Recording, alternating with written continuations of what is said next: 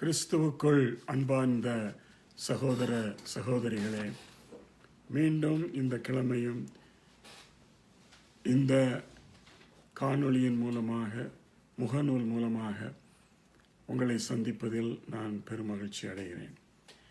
இந்த நாளில் தெரிந்து கொண்ட தலைப்பு எல்லாருக்கும் மிகவும் பிரயோஜனமானதும் அநேக கேள்விகளுக்கு பதிலையும் அது கொடுக்கும் என்று நான் நம்புகிறேன். பிதா, குமாரன், பரிசுத்த ஆவி என்பதை குறித்து தான் இன்றைக்கி நான் பேசப் போகிறேன். உடனே நீங்கள் எல்லாரும், பாஸ்டர் என்ன திரித்துவத்தை பற்றி நீங்களும் பேச போகிறீங்களான்னு வந்துடாதீங்க. நான் திரித்துவம்ங்கிற வார்த்தையை அதிகமாக பயன்படுத்துறது இல்லை. ஏனென்றால் அது தப்புன்னு நான் சொல்லலை. முதலாவது அது வேதத்திலையும் இல்லை. அதனால் நான் அதை பாவிக்க விரும்பலை. ஏன்னா எல்லாருக்கும் உடனே என்ன வந்துடுது என்று சொன்னால்,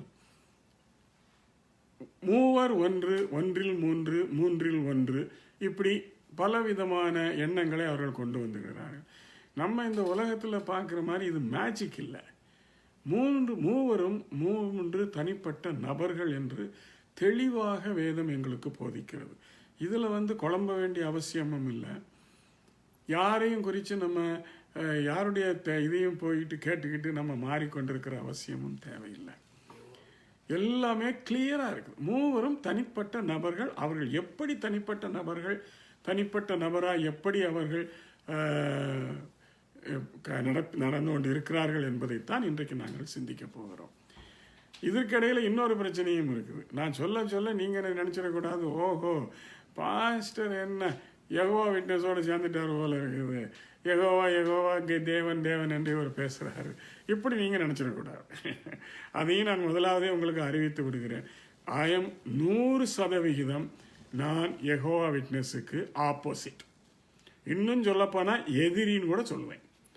ஏன்னா யெகோவா விட்னஸுக்காரங்க இயேசுவை மாமிசத்தில் வந்த மேசியா அல்லது இரட்சகர் என்று அவர்கள் ஏற்றுக்கொள்வதே இல்லை. அப்படி ஏற்றுக்கொள்ளாத பட்சத்தில் அவர்களை நீ வீட்டுக்குள்ளேயே சேர்க்காதன்னு வேதாகம் சொல்லுகிறது. யோவான் எழுதின புத்தகத்தில் வருகிறது, அவர்களை வீட்டுக்குள்ளேயே சேர்க்காதீங்க அப்படின்னு. அந்த அளவுக்கு அவங்கள வெளியில் தள்ளுங்கன்றாங்க. அதனால நான் சொல்றது எந்த விதத்திலும் அது யெகோவா விட்னஸை அதாவது போற்றி சொல்லுவதோ அல்லது யெகோவா விட்னஸை போல இருக்கிறது என்று கூட நீங்கள் நினைக்கக்கூடாது என்பதற்காகத்தான் நான் ஆரம்பத்திலே அதை உங்களுக்கு சொல்லி விடுகிறேன். நான் சொல்ல போவது பிதா, குமாரன், பரிசுத்த ஆவியானவர். ஆவின்னு கூட நான் சொல்கிறத விரும்பலை.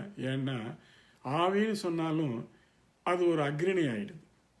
ஆவியானவர் அப்படிங்கிறது தான் தெளிவாக வேதத்தில் கொடுக்கப்பட்ட பெயர். பிதா, குமாரன், பரிசுத்த ஆவியானவர். அவர்கள் மூவராக இருக்கிறபடியினாலே இந்த 1 in 3, 3 in 1 என்கிறதை நாங்கள் அதிகமாக முயற்சி செய்யக்கூடாது. அதை இணைத்து பேச முயற்சி செய்யக்கூடாது. பலர் இதற்கு உலக பிரகாரமான விளக்கங்களை தருவார்கள். ஒருவன் சொல்லுவான் அது நெருப்பு மாதிரின்னுவான். என்னென்னா நெருப்பும் இருக்குமாம், ஒளியும் வருமாம், சூடும் வருமாம். ஏங்க பிதா, குமாரன், பரிசுத்தாவியை போய் இதுக்கு ஒப்பிடலாமா? இன்னொருத்தன் சொல்கிறான் அது முட்டை மாதிரிங்கன்றான். அது என்னவான்னா முட்டை ஓடான், வெள்ளைக்கருவான், மஞ்சக்கருவான். என்னங்க இது? கடவுளுடைய ஸ்தானங்களை, கடவுளுடைய காரியங்களை இப்படியெல்லாமா விமர்சிக்க அல்லது விளக்க முயற்சி செய்வது? இது எவ்வளவு லோவாக போகுது என்று சொல்லி எனக்கு கொஞ்சம் எரிச்சலும் கோபமும் வருது. ஏன் கடவுளை புரிந்து கொள்ளாமல் இப்படி பேசிக்கொண்டிருக்கிறார்கள்? கொஞ்சம் நல்லா சிந்திக்கணும். அருமையான சகோதர சகோதரர்களே, இன்றைக்கு உங்களுடைய சிந்தனைக்காகத்தான் இவளை பற்றி நான் பேசிக்கொண்டிருக்கிறேன். நான் பேசுவதற்கு ரொம்ப அதிகமான வேத வாக்கியங்கள் ஆதியாகமத்திலிருந்து வெளிப்படுத்தின விசேஷம் வரைக்கும் என்னால் கொடுக்க முடியும். ஆனால் அவ்வளோ தூரம் கொடுப்பதற்கு நேரமும் இருக்காது, உங்களாலையும் கிரகிச்சிக்க முடியாது.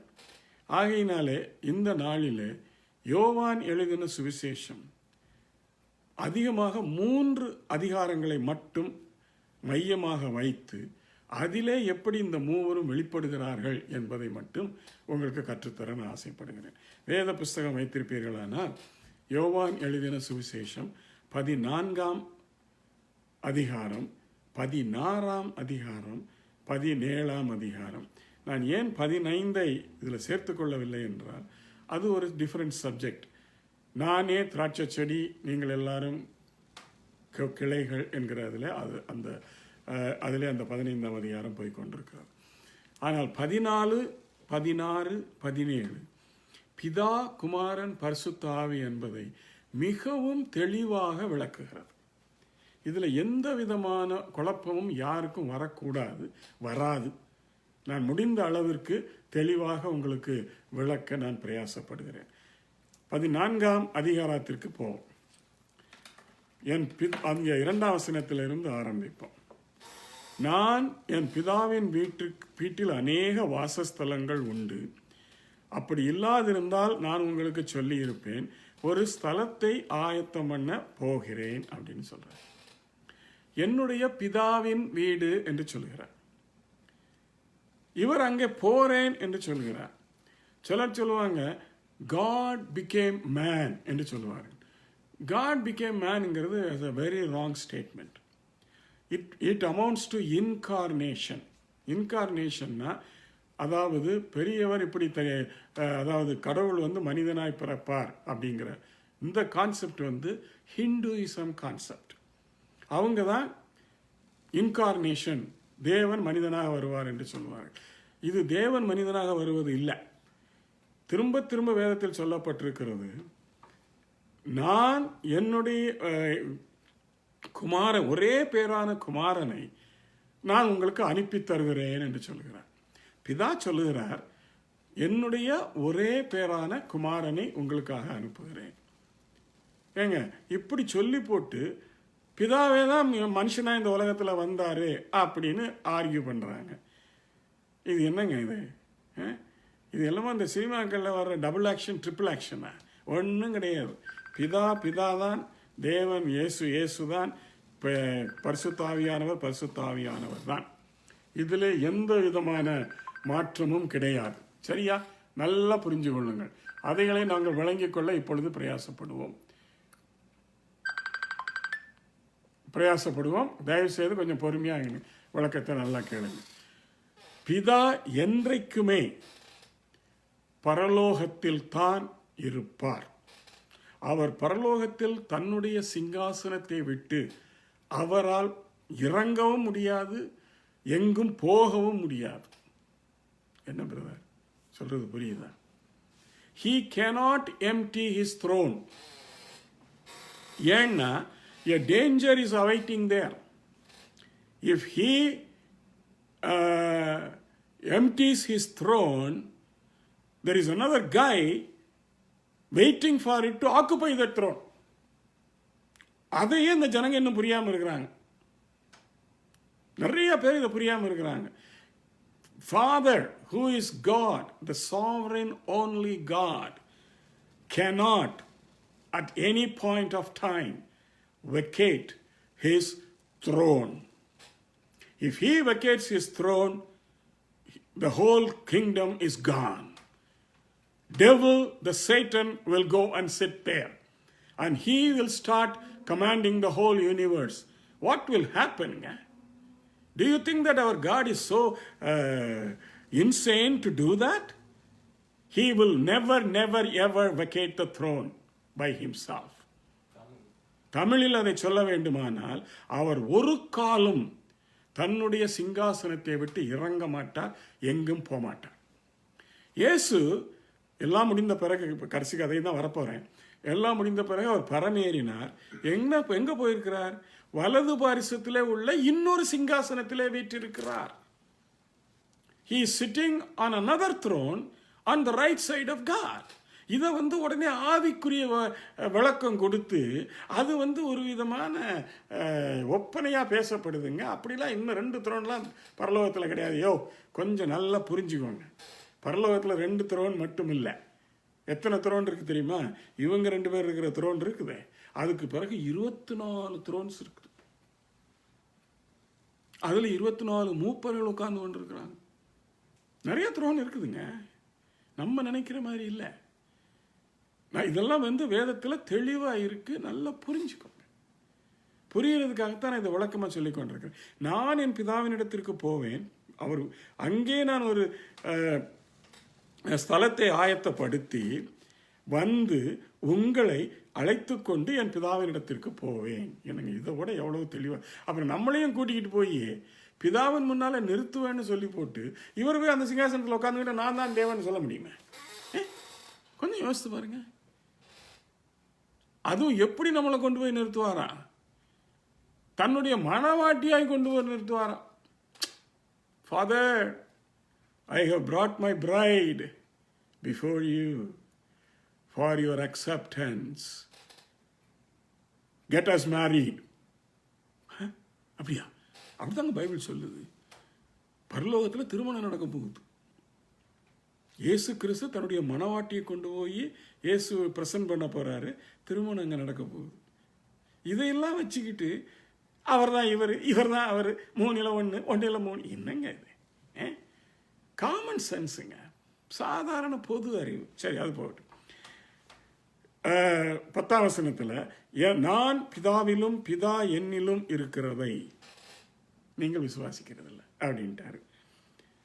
என்னிடத்தில் விசுவாசமாக இருக்கிறவரே இந்த காரியங்களை செய்து வருகிறார் என்று சொல்லிட்டார்.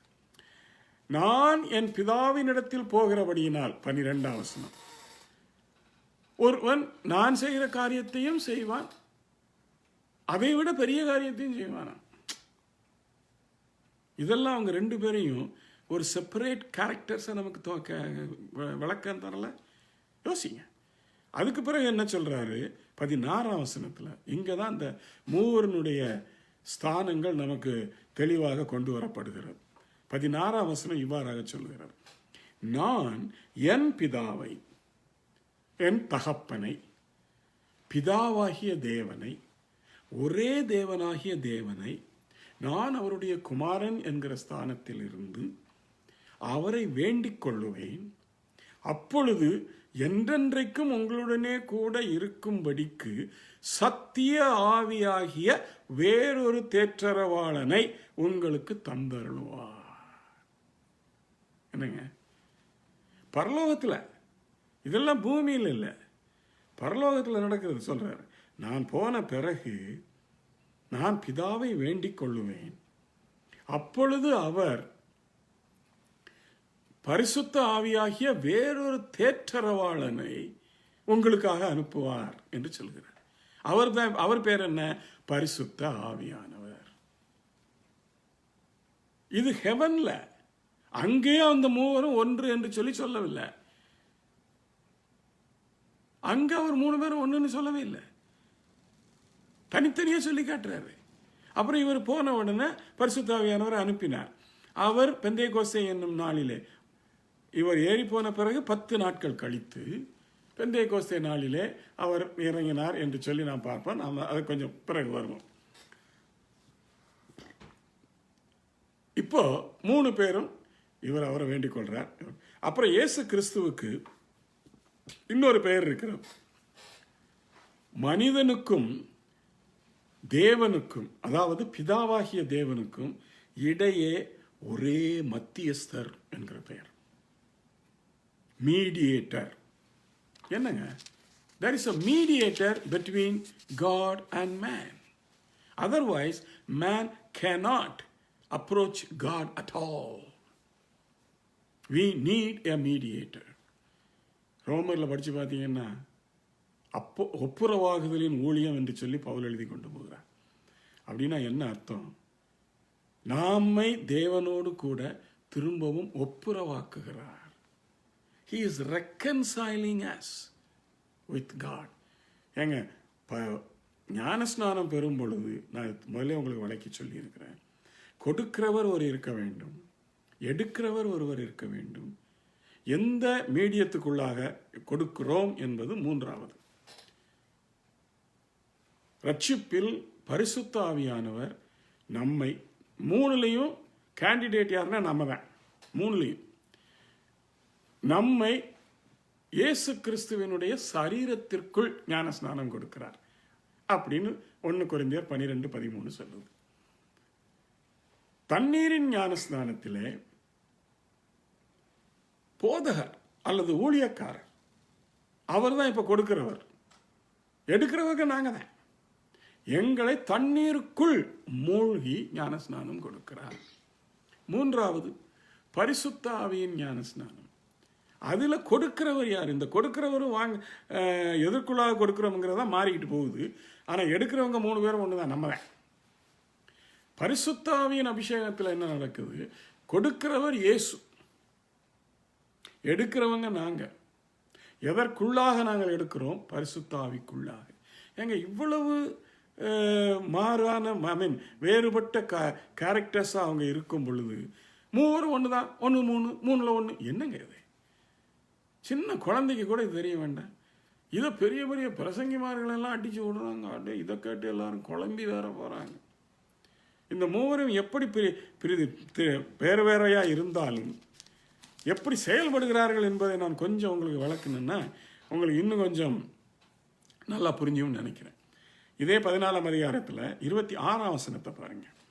என் நாமத்தினாலே பிதா அனுப்ப போகிற பரிசுத்த ஆவியாகிய தேற்றரவாளனே, நல்லா கவனி, எல்லாவற்றையும் உங்களுக்கு போதிப்பார்.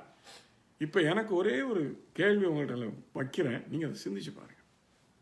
இப்போ போதிக்கிறவர் யார்? இப்போ எங்களுக்கு போதிக்கிறவர் யார்? பரிசுத்த ஆவியானவர் மட்டுமே. சிலரெல்லாம் சொல்லுவாங்க, இயேசுவே என்னோடு பேசினார். பைபிள் அப்படி இல்லவே இல்லைங்க. இயேசு பேச மாட்டார். இன்னொரு அதிர்ச்சியான செய்தியை இப்போ உங்களுக்கு நான் சொல்ல போறேன். பிதாவும் பேச மாட்டார். பைபிள் இருக்கு, எல்லாத்தையும் காட்டத்தான் போறேன். பிதாவும் பேச மாட்டார், இயேசுவும் பேச மாட்டார். இனி பேசப்போவது அல்லது இயேசு கிறிஸ்து பரமேறின பிறகு மனிதர்களோடு பேசுவது, சம்பாஷணை பண்ணுவது, வெளிப்படுத்துவது, கண்டித்து உணர்த்துவது, வழி நடத்துவது எல்லாமே பரிசுத்த ஆவியானவர் மட்டுமே. வசனங்களை தரத்தான் போகிறேன், அப்போ நீங்கள் புரிந்து கொள்வீங்க. இதை விளக்குவதற்காக என்னுடைய புஸ்தகத்திலே பரிசுத்த ஆவியின் காலம் என்கிற புத்தகத்தின் தலைப்பு தமிழிலே இருக்கிறது. அதிலே நான் விளக்கி இருக்கிறேன். 3 காலங்களாக மனிதனுடைய வரலாற்று காலம் பிரிக்கப்பட்டிருக்கிறது. மனிதனுடைய வரலாற்று காலம் மொத்தம் 7000 வருடங்கள். இதிலே முதல் 4000 வருடங்களுக்கு பிதாவே ஆளுநராக இருந்து வழிநடத்தி கொண்டு வந்தார். குமாரனும் அங்கே மறைவிலே இருந்தார். பரிசுத்த ஆவியானவர் அப்போ வெளிப்படுவார், அப்புறம் அமைதியாயிருவார். அது ஏன் அப்பப்போ வெளிப்பட்டு அமைதியானவங்களுக்கும் காரணம் இருக்கு, அதையும் சொல்லத்தான் போறேன். அதுக்கு பிறகு இயேசு வந்தார், 33 வருடங்கள் இருந்தார், போயிட்டார். அதுக்கு பிறகு பரிசுத்த ஆவியானவர் வந்தார். என்றைக்கு பரிசுத்த ஆவியானவர் பெந்தேகோஸ்தே நாளிலே இறங்கி வந்தாரோ அன்றையிலிருந்து இன்றைக்கு வரைக்கும் அது பரிசுத்த ஆவியின் காலம். அதனுடைய ஆளுநர் யார்? பரிசுத்த ஆவியானவர் மட்டுமே. இதற்கு இன்னொரு வசனம் தானே, அதை எடுத்து படிச்சு பாருங்க. மத்தேயு எழுதின சுவிசேஷம் 17ஆம் அதிகாரம் 10ஆம் வசனம். மத்தேயு 17ஆம் அதிகாரம் 10ஆம் வசனம். மறுரூப மலை என்று சொல்லி அதில் ஒரு கதை வருகிறது. அந்த மறுரூப மலையிலே இயேசு கிறிஸ்து அவர்களுக்கு முன்பாக மறுரூபமாகிறார். அப்போ பேதுரு, யோவான் எல்லாம் கூட இருக்கிறாங்க. அப்போ பரலோகத்திலிருந்து ஒரு சத்தம் வருகிறார். இதுலேயும் 3 பேரும் தனிப்பட்ட முறையில் வெளிப்படுறார்கள் என்பதை உங்களுக்கு உணர்த்துறதுக்காக சொல்கிறேன். பரலோகத்திலிருந்து ஒரு சத்தம் வருது. அவர் என்ன சொல்லுகிறார்? 5ஆம் வசனத்தில், மத்தேயு 17ஆம் அதிகாரம் 5ஆம் வசனம் என்ன சொல்றார் பாருங்க. அவர் பேசுகையில் மேகம் அவர்கள் நிலையிட்டது, இவர் என்னுடைய நேச குமாரன். அங்கேயும் அதை கன்ஃபார்ம் பண்ணிட்டார். இவர் என்னுடைய நேச குமாரன், இவரில் பிரியமாய் இருக்கிறேன் அப்படின்னு சொன்னார்.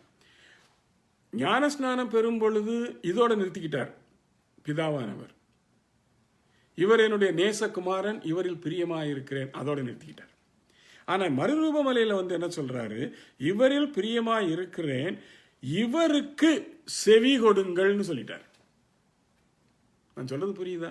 இவருக்கு செவி கொடுங்கள் அப்படின்னு சொல்லி இயேசு கிறிஸ்துவை கை காட்டிட்டார். ஆக அந்த நாளில் இருந்து பிதாவானவர் மனிதர்களோடு பேசுவது கிடையாது. திரும்ப நான் இன்னொன்று சொல்கிறேன், தயவு செய்து நீங்கள் கொஞ்சம் ஜாக்கிரதையாக இதை நீங்கள் சிந்திக்கணும். எல்லாரும் நினச்சி சும்மா இஷ்டத்துக்கு அவங்க சொல்கிறாங்க, கர்த்தர் என்னோடு பேசினார், கர்த்தர் என்னோடு பேசினார், கர்த்தர் என்னோடு பேசினாருன்னு சொல்கிறாங்க. ஐயா, அது எவ்வளோ பெரிய தவறுன்னு உங்களுக்கு தெரியுமா? கர்த்தர் யாரோடையும் பேசுறது இல்லைங்க. பைபிள் தெளிவாக சொல்லுது. அவர் பேசுவதை நிறுத்தி கொண்டார். அவர் இயேசுவை கை காட்டி இவர்தான், இவருக்கு மட்டும் நீங்கள் செவி கொடுங்கள்னு சொல்லிட்டார். சரி, இயேசு கிறிஸ்து வந்தார், மரித்தார், பரமேறினார். அவர் பரிசுத்த ஆவியானவரை உள்ள அனுப்பினார். சரியா? உலகத்துக்கு அனுப்பினார். அனுப்பிச்ச பிறகு அவர் என்ன சொல்லிட்டாரு? அதைத்தான் அந்த வசனத்தை படிச்சு காமிச்சேன். அவர் உங்களை எல்லா சத்தியத்திற்குள் நடத்துவார். இயேசு நடத்துறாரா, பரிசுத்த ஆவியானவர் நடத்துவாரா? இதுவே இந்த ஜனங்களுக்கு புரியல, நமக்கு புரியல. நான் திரும்பவும் உறுதிப்படுத்தி சொல்லுகிறேன், நம்மை நடத்துகிறவர் பரிசுத்த ஆவியானவர் மட்டுமே. எத்தனை வசனம் வேணும் உங்களுக்கு இதுக்கு? 17ஆம் அதிகாரத்தில் 16ஆம் அதிகாரத்தில் பாருங்க. நான் 7ஆம் வசனம், நான் உங்களுக்கு உண்மையை சொல்லுகிறேன், நான் போகிறது உங்களுக்கு பிரயோஜனமாக இருக்கும். நான் போகாதிருந்தால், பாருங்க எவ்வளவு தெளிவா பிரிச்சு காட்டுறார். நான் போகாதிருந்தால் தேற்றரவான உங்களிடத்தில் வரார். He will not come. அவர் வந்த பிறகு எனக்கு வேலை இல்லை. இயேசு சொல்லிட்டார், எனக்கு வேலை இல்லை. அவர் உங்களை எல்லா சத்தியத்திற்குள்ளும் உணர்த்துவார். எப்படி? பாவத்தை குறித்து கண்டித்து உணர்த்துவார், நீதியை குறித்து கண்டித்து உணர்த்துவார், நியாய தீர்ப்பை குறித்து கண்டித்து உணர்த்துவார், உலகத்தையும் கண்டித்து உணர்த்துவார், நம்மையும் கண்டித்து உணர்த்துவார். அப்ப யாரு நம்மளை வழி நடத்துறார்? பரிசுத்த ஆவியானவர். எனக்கு ரொம்ப வேதனையான ஒரு விஷயம் என்ன தெரியுமா? இந்த பரிசுத்த ஆவியானவர் வேணான்னு எல்லாரும் ஒதுக்குறாங்களையா. சபைகளில் பரிசுத்த ஆவியானவருக்கு இடமே கொடுக்க மாட்டேங்கிறாங்க. பரிசுத்த ஆவியானவர் இல்லாம சபையில் என்னையா நடக்கும்? அவர் தாங்க வழி நடத்துகிறவர். நீங்க பிரசங்கிக்கும் பொழுது உங்களுடைய பிரசங்கத்தை உங்கள் கண்ட்ரோலா கொண்டு போறவரே பரிசுத்த ஆவியானவர் தான். முழுக்க முழுக்க பரிசுத்த ஆவியானவர் தாங்க. எது வரைக்கும்? அது வரைக்கும் சொல்லி முடிக்க போறேன். முடிவுல சொல்லுவேன்.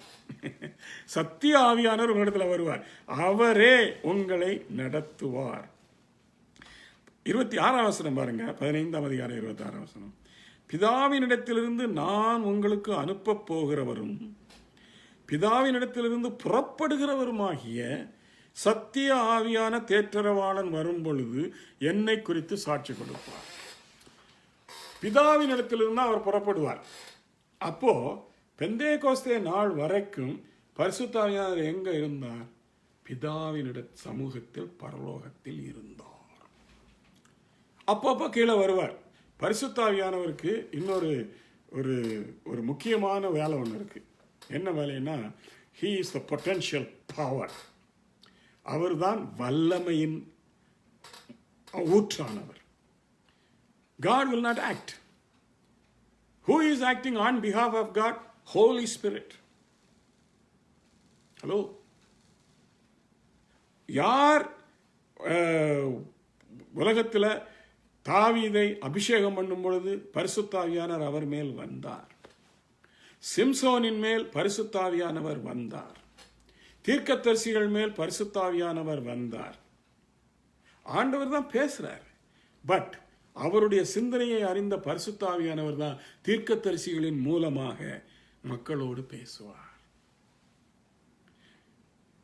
இதை ரொம்ப ட்ரை பண்ணி மோசே அந்த எரியிற அக்னி சூளையில் பேசினது பிதாவா இயேசுவா? இது தேவையற்ற ஒரு கேள்வி. இதை கேட்டாலே அது தப்பு. என்னங்க, இந்த கேள்வியை கேட்டாலே அது தப்பு. ஒன்றும் தெரியாம கேட்கிறாங்கன்னு அர்த்தம். தேவ தூதன் என்று தெளிவாக போட்டிருக்கிறார். அந்த தேவ தூதனோடு அவனை அபிஷேகித்து அவனை இங்க கொண்டு வந்து அவன் மூலமாக பேசுவது பரிசுத்த ஆவியானவர். அவர் ஆவியா இருக்கிறபடியினாலே அவர் பேசுவதற்கு ஒரு மனுஷன் தேவைப்படுது, அல்லது ஒரு தூதன் தேவைப்படுறான். மோசே கிட்ட பேசும் பொழுது ஆண்டவர் தேவ தூதனை அனுப்பினார். அந்த தேவ தூதனுடைய அவனை அபிஷேகித்து அவன் வாயிலிருந்து மோசேயோடு பேசினது பரிசுத்த ஆவியானவர். இப்போ உங்களுக்கு என்ன குழப்பமும் வராதே, வருமா? கொஞ்சம் யோசித்து பாருங்க. தூதர்கள் அநேகரோடு பேசினார்கள், ஆபிரகாமோடு பேசினார்கள், மோசேயோடு பேசினார்கள், இன்னும் எத்தனையோ நியாயாதிபதிகளோடு பேசினார். எல்லாரையும் பேசினார். எல்லாரையும் பேசும் பொழுது தூதன் தான் பேசுவான். ஆனால் தூதன் பேசுகிற லாங்குவேஜ் அல்லது ஒன்றுமே யாருக்கும் புரியாது. அது பரலோகத்தில் பேசுகிற லாங்குவேஜ், அதை நம்ம அங்கே போய் பார்த்துக்குவோம். ஆனால் தூதன் மூலமாக அந்த தூதனை ஆட்கொண்டு மனிதனோடு பேசுவது பரிசுத்த ஆவியானவர்.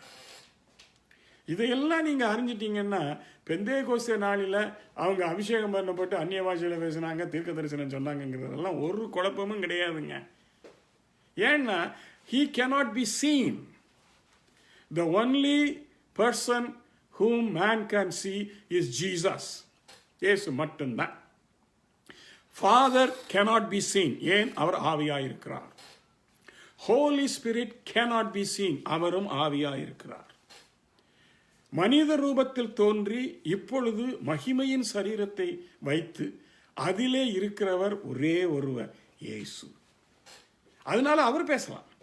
ஆனால் அவர் எப்போ பேசுறாரு பேச மாட்டாருங்கிறதெல்லாம் அதில் நம்ம குழப்படி ஆகக்கூடாது. பேசுவது கர்த்தருடைய வார்த்தைகள், ஆனால் அதை பேசுவது பரிசுத்த ஆவியானவர். தூதர்கள் மூலமாக பேசுவார் அல்லது மனிதர்கள் மூலமாக பேசுவார். அவர் தானாக பேச முடியாது. He doesn't have a mouth to talk. I mean, in the sense, நம்ம பேசுகிற மாதிரி, மாமிசத்தில் பேசுகிற மாதிரி பேச முடியாது. அதுக்காக அவர் தூதர்களை கொண்டு வர. இதில் இன்னொரு ஷாக்கிங் நியூஸ் உங்களுக்கு கொடுக்க போகிறேன். இதை எத்தனை பேர் நீங்கள் எப்படி எடுத்துக்குவீங்கன்னு கூட எனக்கு கொஞ்சம் பயமாக இருக்குது. லூசிபர் விழுகிறதுக்கு முன்னால அவன் அபிஷேகம் பண்ணப்பட்ட கேருபுன்னு இருக்கு. என்னங்க அபிஷேகம்னா? அப்ப கேரு, அப்ப லூசிபர் என்னங்க சம்பந்தம்? அபிஷேகம் பண்ணப்பட்ட கேரு. இந்த அபிஷேகங்கிற வார்த்தை எப்பொழுதுமே பரிசுத்த ஆவியானவருக்கு மட்டும்தான் பொருந்தும். மிகாவேல் பெரிய தூதன், பிரதான தூதன். அவன் பரிசுத்த ஆவியினாலே இயக்கப்பட்டுதான் பிரின்ஸ் மாதிரியும் பெரிய யுத்தத்தை நடத்துகிறான். அதுக்கு பிஹைண்ட் யாரு? பரிசுத்த ஆவியானவர். வேதத்தில் எத்தனையோ வசனங்கள் இதுக்கு விளக்கம் தரலாம். Nobody has power except the Holy Spirit. பரிசுத்த ஆவியானவர் இல்லாம ஒருத்தருக்கும் பவர் கிடையாது. Even for Jesus Christ. அவர் மேல் ஞானஸ்நானத்துக்கு கரையேறின பொழுது பரிசுத்த ஆவியானவர் இறங்கினார். அவர் அப்போஸ்தலர் 10:38 சொல்லப்பட்டிருக்கிறது, என்னை அவர் பரிசுத்த ஆவியினாலே அபிஷேகம் பண்ணி கட்டுண்டவர்களை விடுதலையாக்கவும், வியாதியஸ்தர்களை குணமாக்கவும், இன்னும் எத்தனையோ பேரை வழிநடத்தவும், பிசாசின் பிடியில் இருக்கிறவர்களை விடுதலையாக்கவும் என்னை அனுப்பினார். அப்ப இயேசு கிறிஸ்துவுக்கு உள்ள இருந்து செயல்பட்ட அந்த சோர்ஸ் ஆஃப் பவர் யார் தெரியுமா? Holy Spirit. He is the Son of God, no doubt. But he needs power, an anointing power, and a healing power, which can be exercised. அதனால தான் அவர் 30 வருஷம் அமைதியாக இருந்தார். அந்த அபிஷேகத்தானுக்கு மேலே வந்த உடனே அவர் ஊழியத்தில் இறங்கினார். Power broke out. இன்றைக்கும் பாருங்க, பரிசுத்த ஆவியின் அபிஷேகம் பெறாம ஒருவனுடைய வாழ்க்கையிலும் power will not break out. Period. ஒருவன்ட்டே வல்லமை இருக்காதுங்க. வாய்ச்சோடால் விடலாம், தயவு செய்து கோச்சு கொள்ளாதீங்க. ஒருத்தங்கிட்டே வல்லமை கிடையாது. பிசாசை வரட்ட சொல்லுங்க, துண்டை காணும் துணியை காணும் இவன் ஓடுவான். ஏன்னா வல்லமை இல்லை. வல்லமையின் பேக், அதாவது behind the power of God is the Holy Spirit. Even the power behind Jesus was the Holy Spirit.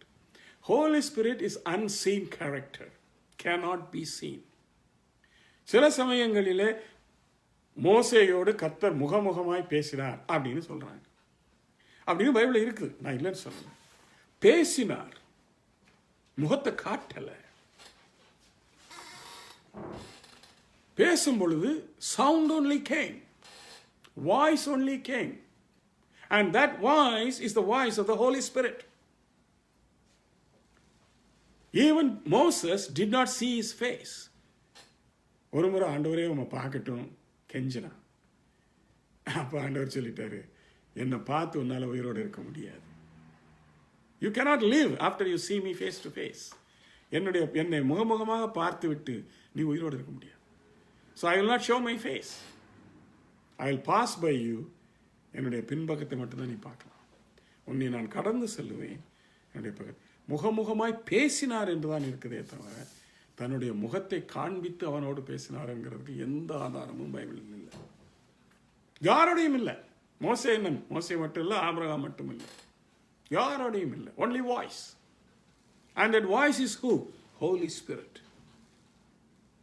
Hello, இன்னொரு விளக்கத்தையும் சொல்றேன் கேளுங்க. God is God. He is the sovereign only God. Who is Jesus?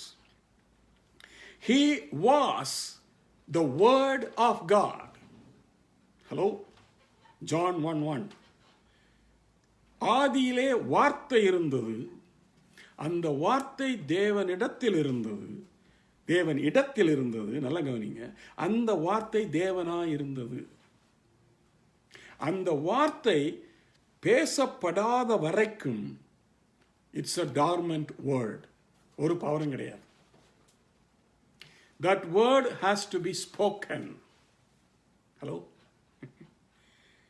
Word by itself will not do anything. Well, word has to be spoken. Rise and walk, spoken. எழுந்து நட என்பது அவர் வாயினால் அவர் சொன்ன வார்த்தை. வார்த்தையே அவர்தான். பரிசுத்த ஆவியானவருடைய வல்லமையினால் அந்த வார்த்தையை சொல்லுகிறார். எழுந்து நட என்று சொல்லுகிறார், அவர் எழுந்து நடக்கிறார். பேதுருவினுடைய வாயிலிருந்து வார்த்தை வந்தது. அந்த வார்த்தையை வல்லமையாக்கினவர் யார் தெரியுமா? பரிசுத்த ஆவியானவர். I have something in me. எனக்குள்ள ஒருத்தர் இருக்கு, எனக்குள்ள ஒன்று இருக்குது. I have the word, Jesus. But I have to speak the word. யார் பேசணும்? நான் பேசினா வராது, பரிசுத்த ஆவியானவர் பேசணும். அதனால தாங்க இவங்க தள்ள கை வச்சு 1000 தடவை ஜெபம் பண்ணாலும் ஒன்றும் நடக்க மாட்டாங்க. ஏன்னா இவங்க பரிசுத்த ஆவியானவர் மதிக்கிறதே கிடையாது. ரொம்ப எனக்கு வேதனையாக இருக்கு. நான் வேதனையில் தான் அவளை பேசிக்கொண்டிருக்கிறேன். இந்த காலம் பரிசுத்த ஆவியின் காலம். பரிசுத்த ஆவியானவர்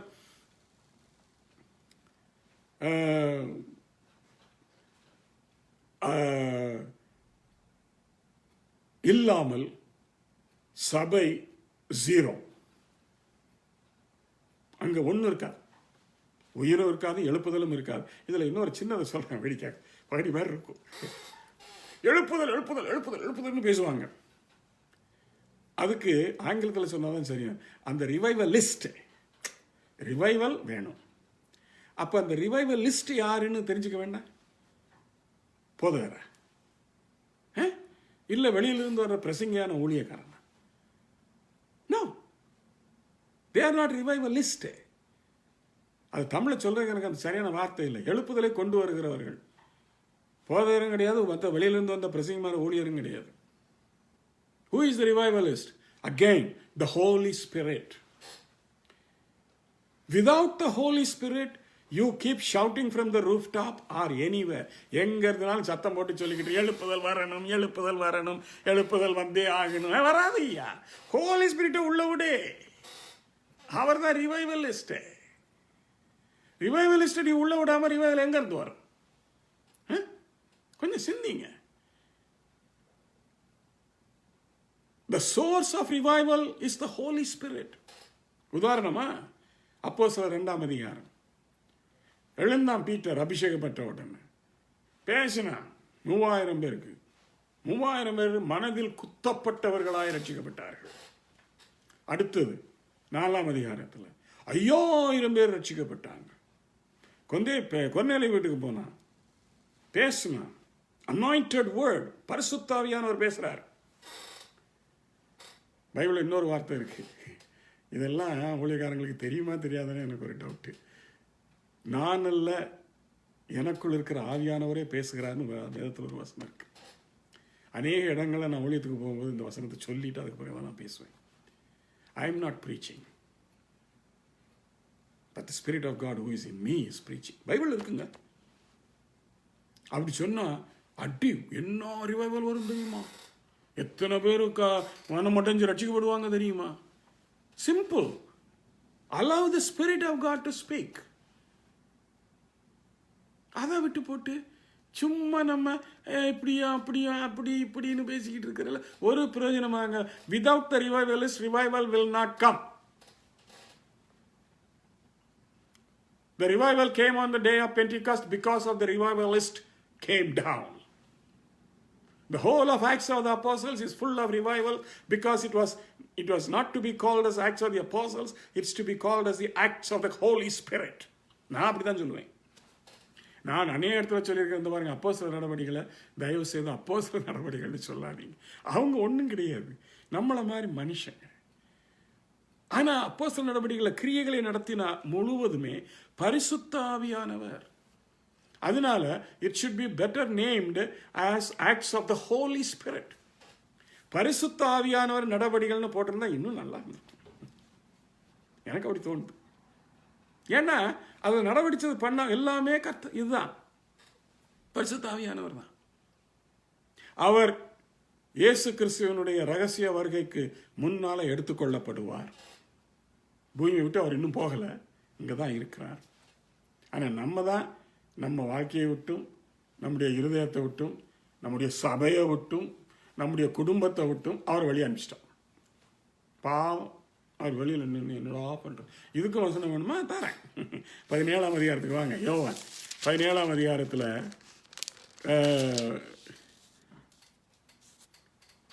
என்ன சொல்லப்பட்டிருக்கிறது என்றால், அவர் உங்களுடனே கூட வாசம் பண்ணி, அவர் உங்களுடனே கூட வாசம் பண்ணி. 14ஆம் அதிகாரம் 16ஆம் வசனம் எல்லாம் யோவானில் தான் இருக்குது. அந்த 3 அதிகாரத்துக்குள்ளே தான் இருக்குது. நான் சுற்றி அதில் தான் வரேன். 14ஆம் அதிகாரம் 16ஆம் வசனத்தில் சொல்லப்படுது. 17ஆம் வசனம், அவர் உங்களுடனே வாசம் பண்ணி உங்களுக்குள்ளே இருப்பதால் நீங்கள் அவரை அறிவீர்கள். உங்களோட வாசம் பண்ணுவார், கூட இருப்பார். நான் இல்லைன்னு சொல்லவே மாட்டேன். ரட்சிக்கப்பட்ட ஒருவரோடும் கூட பரிசுத்த ஆவியானவர் கூட இருப்பார். நீ எப்ப அவரை உள்ள வாங்குறியோ அப்பதான் அவர் உனக்குள்ள வருவார். அவரை ஃபோர்ஸ் பண்ணி உனக்குள்ள வர மாட்டார். ரட்சிக்கப்பட்ட உடனே பரிசுத்தவர் எங்களுக்குள்ள வந்துட்டார். யாரு சொன்னதுங்க? எந்த பைபிள் சொல்லுது? அப்படி எங்கேயுமே பைபிள்ல இல்லை. ப்ளீஸ் அந்த தவறான எண்ணத்தை விட்டுடுங்க. நீங்க ரட்சிக்கப்படும் பொழுது பரிசுத்த ஆவியானவர் உங்களை கூட இருப்பாரே தவிர உங்களுக்குள்ள அவரால் வர முடியாது. You have to allow him inside. அவர் உள்ள வரணும், உங்களோடு வாசம் பண்ணி உங்களோடுக்குள்ளே வருவார். நீங்க உள்ளே வந்துட்டாருன்னா உங்களிலிருந்து வல்லமை வெளிப்படும். ஹலோ, வரங்கள் வெளிப்படும். இன்னொன்னு சொல்றேன் கேளுங்க. இன்னொன்னையும் சொல்றேன் கேளுங்க. பரிசுத்த ஆவியானவர் எங்கெங்கெல்லாம் பூமியில வெளிப்பட்டாரோ அங்கே எல்லாம் ஏதாவது ஒரு கிரியை நடந்தது. ஆனா இப்ப பரிசுத்த ஆவியானவர் எங்களுக்குள்ள இருக்கிறாரு, எங்க சபைக்குள்ள இருக்கிறாரு, எங்க வீட்டுக்குள்ள இருக்கிறாரு, எனக்குள்ள இருக்கிறாரு எல்லாரும் சொல்றாங்க. ஆனா ஒண்ணும் நடக்க மாட்டேங்குது. சாட்சி வேணுமா? மோசேக்குள்ள பரிசுத்த ஆவியானவர் வந்தார். அவன் எப்படி மாறினான்? ஹலோ, சரி. கிதியோனுக்குள்ள பரிசுத்த ஆவியானவர் வந்தார், அவன் எப்படி மாறினான்? ஹலோ. தாவீதுக்குள்ள பரிசுத்த ஆவியானவர் வந்தார், அவர் எப்படி மாறினார்? பேதுருவுக்குள்ள பரிசுத்த ஆவியானவர் வந்தார், அவன் எப்படி மாறினார்? பவுலுக்குள்ள பரிசுத்த ஆவியானவர் வந்தார், அவன் எப்படி ஊழியக்காரனா மாறினார்? Something will happen. If it does not happen, பரிசுத்த ஆவியானவர் உள்ள வரலன்னு தான் அர்த்தம். Hello, something should happen. அதற்கு அடையாளமாக தான் அந்நிய பாஷைன்னு நம்ம சொல்லிக் கொண்டிருக்கிறோம். கரெக்ட். அவர் வரும் பொழுதெல்லாம் ஏதாவது ஒன்று நடக்கணும். அப்படி இல்லைன்னா அவர் வந்ததுக்கு அடையாளம் இல்லை. அந்நிய பாஷையில் பேச ஆரம்பிக்காதவன் ஒருவனும் பரிசுத்த ஆவியை தங்களுக்குள் பெற்றுக்கொண்டு ஒரு கிரியையும் அவனால் செய்ய முடியாது. முடியாதுன்னா முடியாது. பைபிள் அப்படி தான் சொல்லுது. இம்மா நாங்கள் பெரிய கிழிச்சிருவோன்னா உங்களால் ஒன்றும் கிழிக்க முடியாது. ஆவியானவர் வெளியில் அனுப்பிச்சு விட உங்களால் என்னையா பண்ண முடியும்? சரி, பரிசுத்த ஆவியினால மோட்சத்துக்கு போகிறாங்களா, நரகத்துக்கு போகிறாங்களா, இப்படி ஒரு சிறிய பேச்சுகள் அடிபட்டது. இந்த பாருங்க, நீங்கள் ரட்சிக்கப்பட்ட உடனே பரலோகத்துக்கு போகிறதுக்கு யூ ஆர் ஓகே. பரலோகத்துக்கு போய் சேர்ந்துருவீங்க. நான் பரலோகத்தை நீங்கள் மிஸ் பண்ணுவீங்கன்னு நான் சொல்லலை. ஆனால் பரிசுத்த ஆவியின் அபிஷேகம் உங்களுக்கு எதுக்கு தேவைப்படுதுன்னா, இயேசு கிறிஸ்துவினுடைய ரகசிய வருகையிலே இந்த மாமிசத்திலே நீங்கள் ஜீவித்தவர்களாக இருப்பீர்கள் என்றால் மறுரூபமாக வேண்டும் அல்லவா? மறுரூபமாவதற்கு பரிசுத்த ஆவியானவர் உங்களுக்கு உள்ளே இருக்க வேண்டும். உங்களுக்கு கூட இருந்தால் நீங்கள் வாழ்வீர்கள். இயேசுவினுடைய ரகசிய வருகையை மிஸ் பண்ணுவீர்கள். தொடர்ந்து ரட்சிப்புக்குள்ள வாழ்வீர்கள். துன்பத்துக்குள்ள ட்ரிபுலேஷனுக்குள்ள உபத்திரவத்துக்குள்ள போவீங்கள். மகா உபத்திரவத்துக்குள்ள போவீங்கள். சாவீங்கள். ஏன்னா ஒரு தரம் மரிப்பதும் பின்பு உயிரோடு நியாய தீர்ப்பு அடைவதும் அவனுக்கு நியமிக்கப்பட்டிருக்கிறது. அது மாதிரி சாவீங்க. அப்புறமா நீங்க பரலோகத்துக்கு வந்துடுவீங்க. Okay, you will not miss heaven. ஆனா you will miss the rapture. பரிசுத்த ஆவி உனக்குள்ள இல்லைன்னா you will miss the rapture. இதற்கு ஆணித்தரமான வசனம் என்னவென்றால் ரோமர் 8ஆம் அதிகாரம். நல்லா கவனிங்க, இது ரொம்ப முக்கியமான விஷயம். தயவுசெய்து ராப்சரில் ஓடுபட்டு போயிடாதீங்க. ரோமர் 8ஆம் அதிகாரம் 28ஆம் வசனம். பைபிள் வச்சிருந்தீங்கன்னா பாருங்க.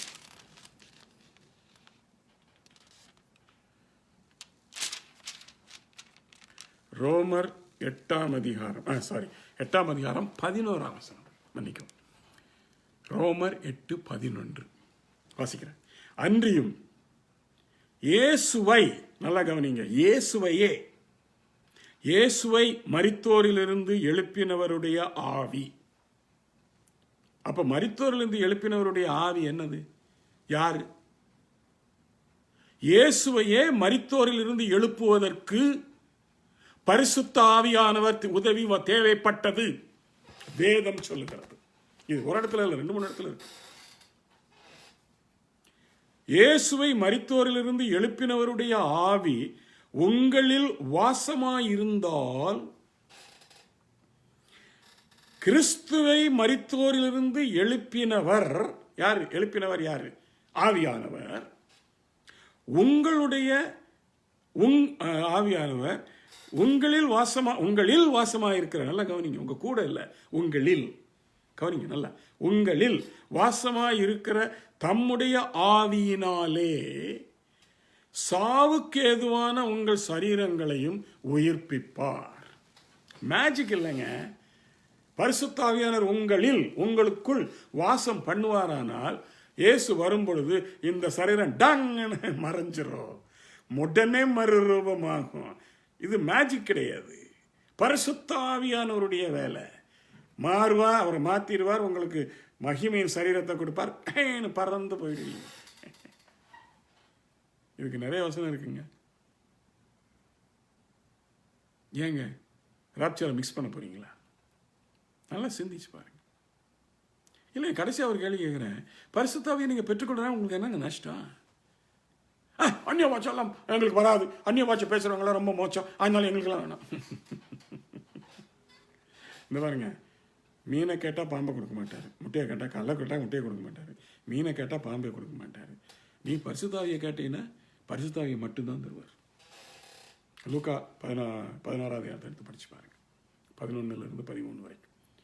நீங்கள் பரிசுத்தாவியை கேட்கும் பொழுது அநேகர் சொல்கிற மாதிரி பிசாசினாவி உள்ளே வந்துடும். அப்போ அவங்க கடவுள் மேலே உங்களுக்கு நம்பிக்கை இல்லையா? எப்படி ரட்சிக்கப்பட்டீங்க? எப்படியா ரட்சிக்கப்பட்டீங்க? நீங்கள் பரிசுத்தாவியை கேட்பீங்க, சாத்தானாவி உள்ளே வந்துருமா? கஷ்டம் இல்லையா? இப்படியெல்லாம் குழம்பி ஏன் நாட்களை வீணடிக்கிறீங்க? ஒரே கடவுள். நல்லா உங்களுக்கு ஆலோசனை சொல்ல விரும்புகிறேன். தயவு செய்து ராப்சர்னு எல்லாரும் இப்போ எதிர்பார்த்து கொண்டு இருக்கிறோம். மிஸ் பண்ணிடாது, ரொம்ப வருத்தப்படுவீங்க. இருவர் எந்திரம் வரைப்பார், ஒரு ஸ்திரீ போயிடுவா, ஒருத்தி இருந்துருவா. இருவர் வயலில் வேலை செய்து கொண்டிருப்பார்கள், ஒருத்தி போயிடுவான், ஒருத்தி. இருவர் படுக்கையில் இருப்பார்கள், ஒன்று போயிடும், ஒன்று. இதிலிருந்து நான் தெரிந்து கொண்ட ஒரு சின்ன விளக்கம் என்னவென்றால், சான்சஸ் ஆர் 50-50.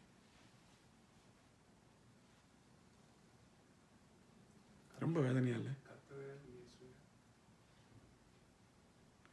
அது உங்களுக்கு வேதனையா இல்லை? எனக்கு வேதனையா இருக்கு. 2 பேர்ல 1 போயிடுவாங்களாம். இதைத்தான் இந்த 10 கன்னிகைகளும் 5 போயிடுவாங்களாம், 5 நிற்று போட்டு போவாங்களாம். Chances are 50-50ங்க. நல்ல ஞாபகத்தில் வச்சுக்கோங்க.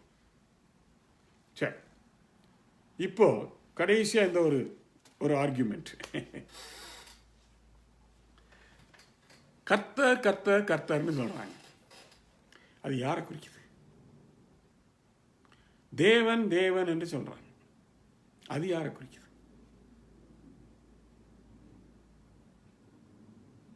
என்னங்க அதுலயே கன்ஃபியூஷன் இல்லை? தேவனாகிய கர்த்தர் அப்படின்னு பழைய ஏற்பாட்டில் இருக்கும்.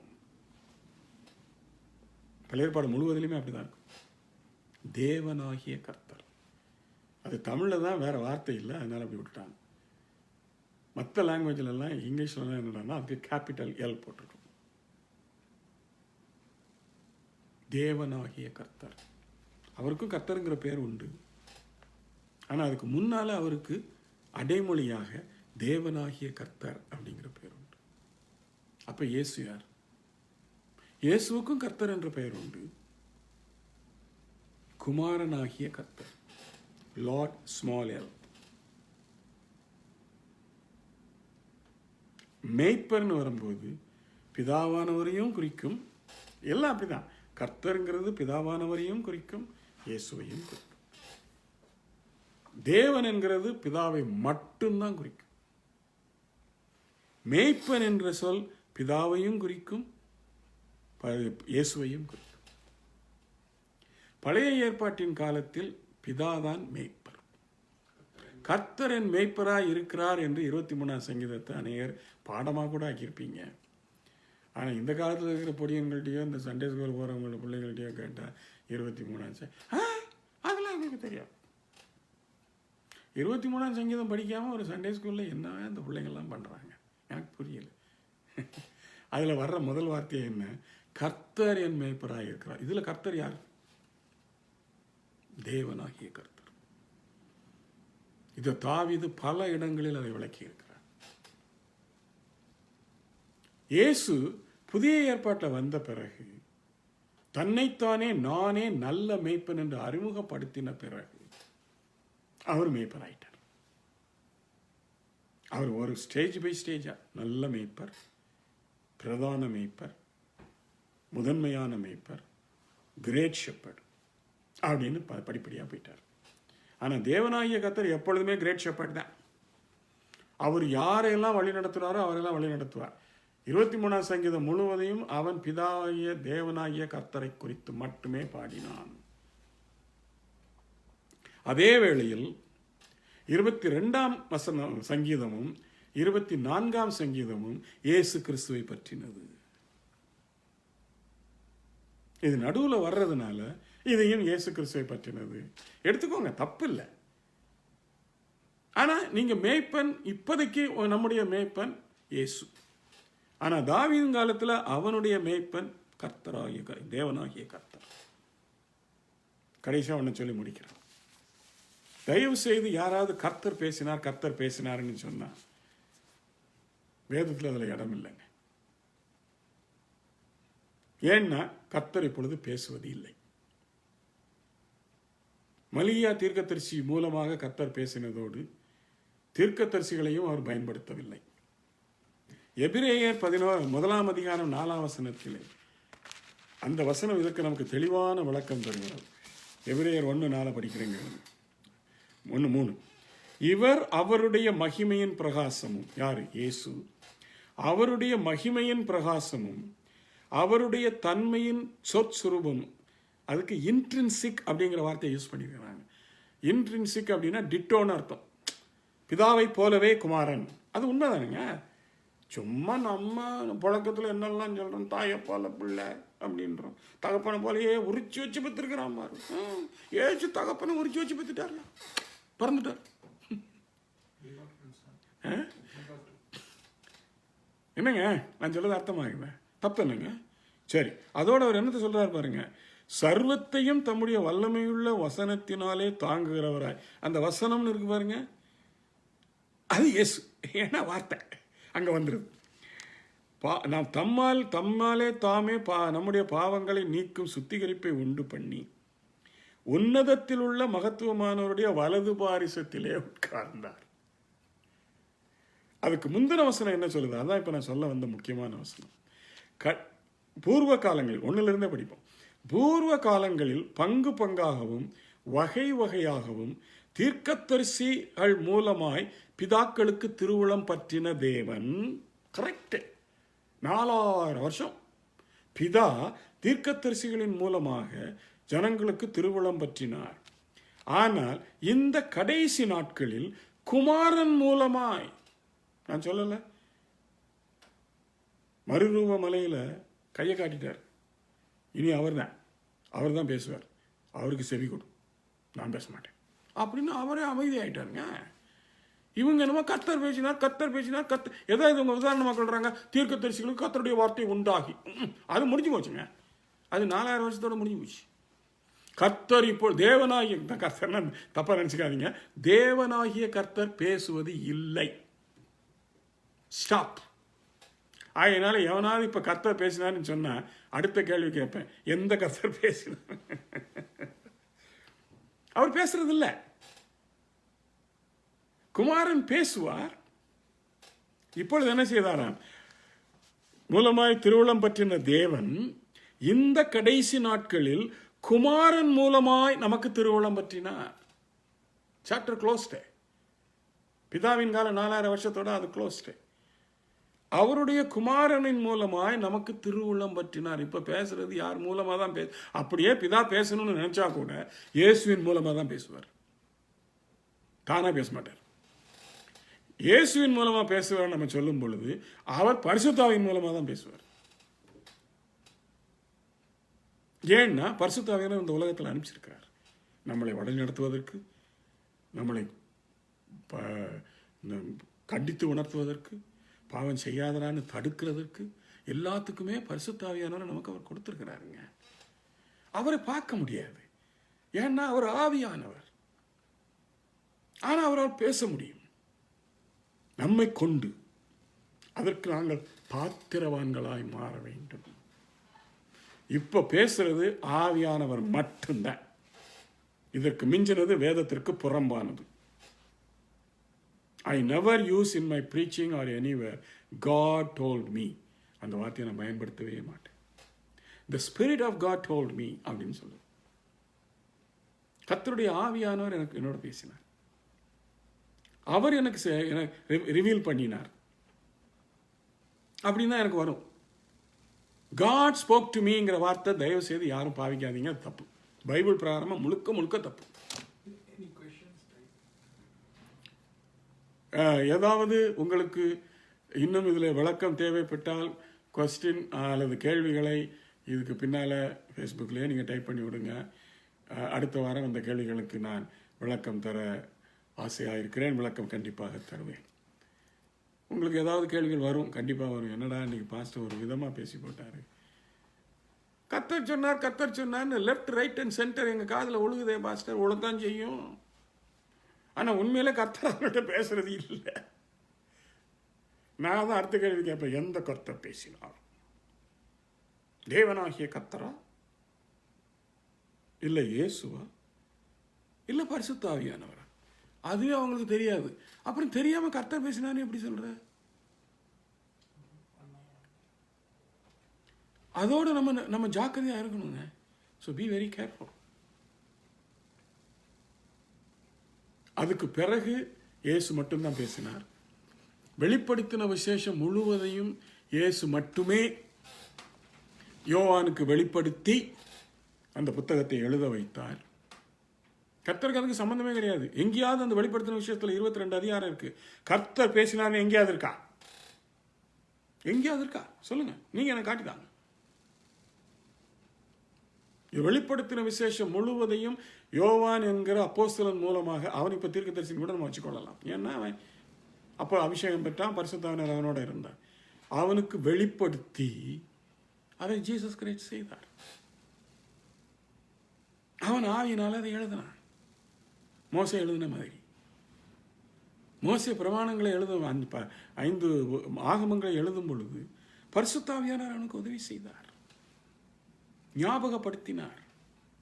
ஏன்னா ஆண்டவரை பற்றிய சிந்தனை, ஆண்டவர் பற்றிய சகல காரியங்களும் பரிசுத்தாவியானவருக்கு மட்டுமே தெரியும். அதுக்கு எத்தனை வசனம் இருக்கு? யார் தேவனுடைய சிந்தையை அறிவார்? பரிசுத்தாவியானவர் மட்டும்தானே. எப்படி உங்களுடைய ஆவி உங்களுடைய சிந்தனையை அறிந்திருக்குமோ, அதை போல என்னுடைய ஆவி என்னுடைய சிந்தனையை அறிந்திருக்கும் என்று கர்த்தரே சொல்லுகிறார், தேவன் சொல்லுகிறார். ஆக தேவனுடைய சிந்தையை அறிகிற பரிசுத்தாவியானவர் மட்டும்தான் தேவனுடைய சிந்தனையை நமக்கு வெளிப்படுத்த முடியும். தேவனால் முடியாதுங்க. அது காலம்லாம் கடந்து போச்சு, 2000 வருஷம் முடிஞ்சு போச்சு. இப்போ பரிசுத்தாவியானவர் தான். தயவு செய்து நீங்க பரிசுத்தாவியரை ரொம்ப சார்ந்து இருக்கிறனால பிதாவானவர் கோச்சுக்காருன்னு நினைக்காதீங்க. தயவு செய்து வேண்டாம். குமாரனும் கோச்சு கொள்ள மாட்டார். அதுக்கெல்லாம் வசனம் இருக்கு. எல்லாம் அந்த 14 17 அதிகாரத்துக்குள்ள யோவான்ல இருக்கு. அவர் என்னை மகிமைப்படுத்துவார். நீங்க நினைச்சா கூட அவர் தனக்கு மகிமை எடுத்துக்கொள்ள மாட்டார். இயேசுவை மகிமைப்படுத்துவார், என்னையும் பிதாவையும் மகிமைப்படுத்துவார். எவ்வளவு தெளிவா இருக்கு பாருங்க. இதுல என்ன குழப்பம்? பரிசுத்தாவியானவருக்கு இடம் கொடுங்க, அவ்வளவுதாங்க. இதுல அதனாலதான் அந்த திரித்துவங்கிற வார்த்தையை நான் பயன்படுத்துறது இல்லை. கோச்சிக்காதீங்க. பிதா, குமாரன், பரிசுத்தாவி என்பவர் 3 நபர்கள். எனக்கு அது நல்லா தெரியும். வேதத்திலிருந்து நான் நல்லா கற்றிருக்கிறேன். உங்களுக்கு என்ன விளக்கத்தினாலும் தருவேன். என்னோட தொடர்பு கொள்ளுங்கள். என்னுடைய தொலைபேசி எண் 647-839-8393. என்னுடைய மின் அஞ்சல் jeevanadi@gmail.com, jeevanadi@gmail.com. என்னோட தொடர்பு கொள்ளுங்கள். புத்தகங்கள் எழுதியிருக்கிறேன், உங்களுக்கு இலவசமாகவே அனுப்பி தருவேன். தொடர்பு கொள்ளுங்கள். கர்த்தர் உங்களை ஆசீர்வதிப்பாராக. ஆசீர்வதிப்பாருன்னு சொல்றதை விட நான் அடிக்கடி சொல்றது, கர்த்தர் உங்களை வழி நடத்துவாராக. ஒரு சின்ன ஜெபம் பண்ணுவோமா? நான் கர்த்தர் நம்மளை வழி நடத்துவேன். அன்பின் பிதாவே, இந்த நல்ல மாலை வேளைக்காகவும் இதோ உம்முடைய செய்தியை கேட்ட அனைவருக்காகவும் நான் உம்முடைய சமூகத்திலே வருகிறேன். உம்முடைய ஆவியானவரை கொண்டு வெளிப்படுத்தின சகல காரியங்களையும் நான் இவர்களுக்கு அறிவித்தேன். ஆண்டவரே, அதிகமாக நீங்கள் கர்த்தரை அவர்களை வழி நடத்தும்படியாய் உம்முடைய ஆவியானவரை கொண்டு இன்னும் எந்த ஒரு பிரச்சனையும் குழப்பங்களும் இல்லாமல் இயேசுவின் வருகையிலே அவர்கள் மறுரூபமாகி செல்லத்தக்கதாக எல்லா சத்தியங்களையும் அவருக்கு வெளிப்படுத்தி காண்பித்து உம்முடைய சமூகத்திலே அவரை கொண்டு வந்து நிறுத்துவீராக. எல்லாரையும் உம்முடைய கரங்களிலே ஒப்புக் கொடுக்கிறோம். எல்லாவற்றையும் செய்கிற வல்லமையுள்ள தேவன் நீர். செய். இயேசுவின் நாமத்தில் ஜெபிக்கிறோம் நல்ல பிதாவே. ஆமேன், ஆமேன். கர்த்தர் உங்களை வழி நடத்துவாராக. அடுத்த கிழமை மீண்டும் சந்திப்போம்.